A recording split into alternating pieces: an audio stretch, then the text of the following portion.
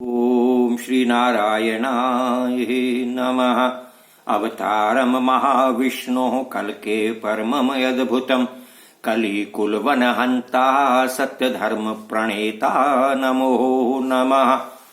ओम सुमति सुताय विद्महे निष्कलंकाय धीमहि तन्नो कल्कि प्रचोदयात्। श्री नारायणाय नमः। श्री हनुमते नमः।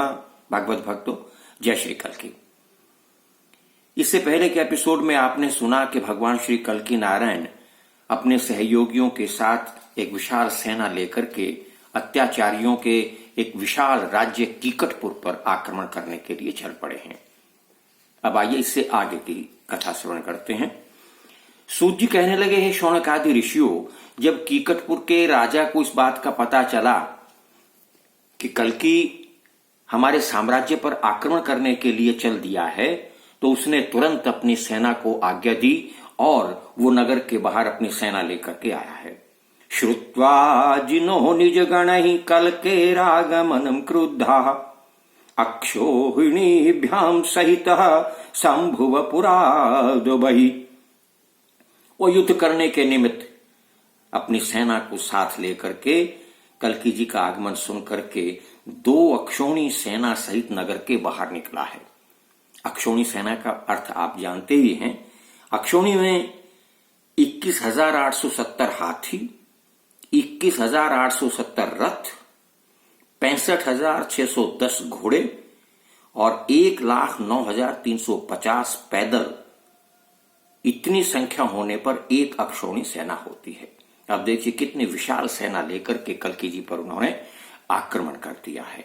तुरंत इधर से सेना दौड़ी और इधर से कल्कि जी की सेना। गजरथ तुर्गई समाचिता भू कनक विभूषण भूषित वरांगै शत शत रथिभिर्धृतास्त्र शस्त्रैः ध्वजपट राज निवारितात पैर्बभूषा। अनेक हाथी, अनेक रथ, तुरंग, स्वर्ण भूषण भूषित श्वेष्ठ वर्ण के रथी और अस्त्र शस्त्रधारी योद्धाओं से ये पूरी पृथ्वी आच्छादित हो गई। दोनों ओर की सेनाएं भयंकर युद्ध करने के लिए तत्पर हो गई हैं। सेना की पताका पट समूह से धूप छिपने लगी है। सूर्य का प्रकाश पृथ्वी तक आ नहीं पाता है, इतनी ध्वज पताकाएं फहरा रही हैं। जब भगवान श्री कल्कि नारायण ने ये देखा एक विशाल सेना है, तो ततो विष्णु सर्व जिष्णु कल्कि कल्क विनाशनः कालयामास ताम सेनाम कर्णिमिव केसरी।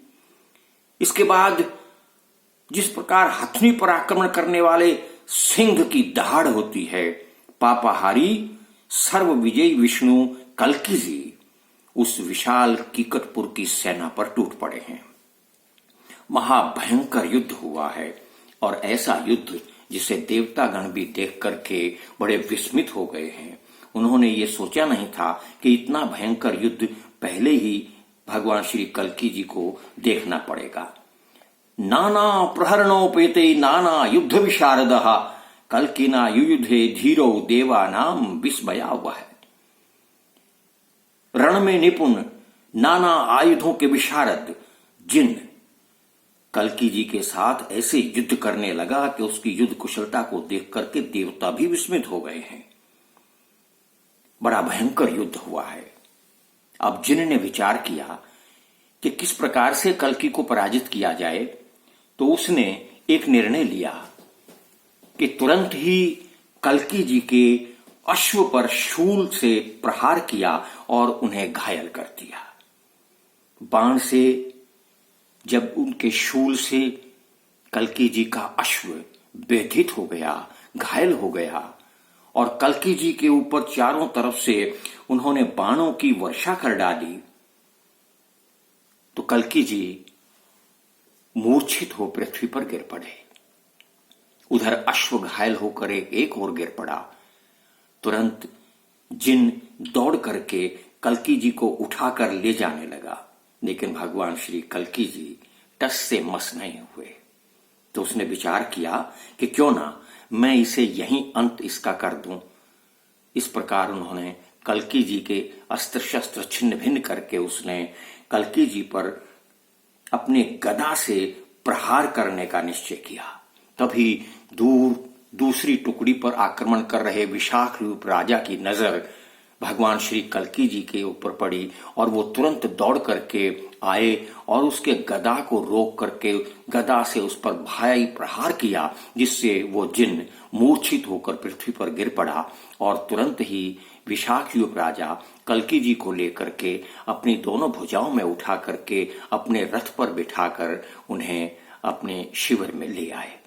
आज की कथा इतनी ही, बाकी आगे की कथा अगले एपिसोड में। तब तक के लिए जय श्री कल्की, जय श्री हनुमान।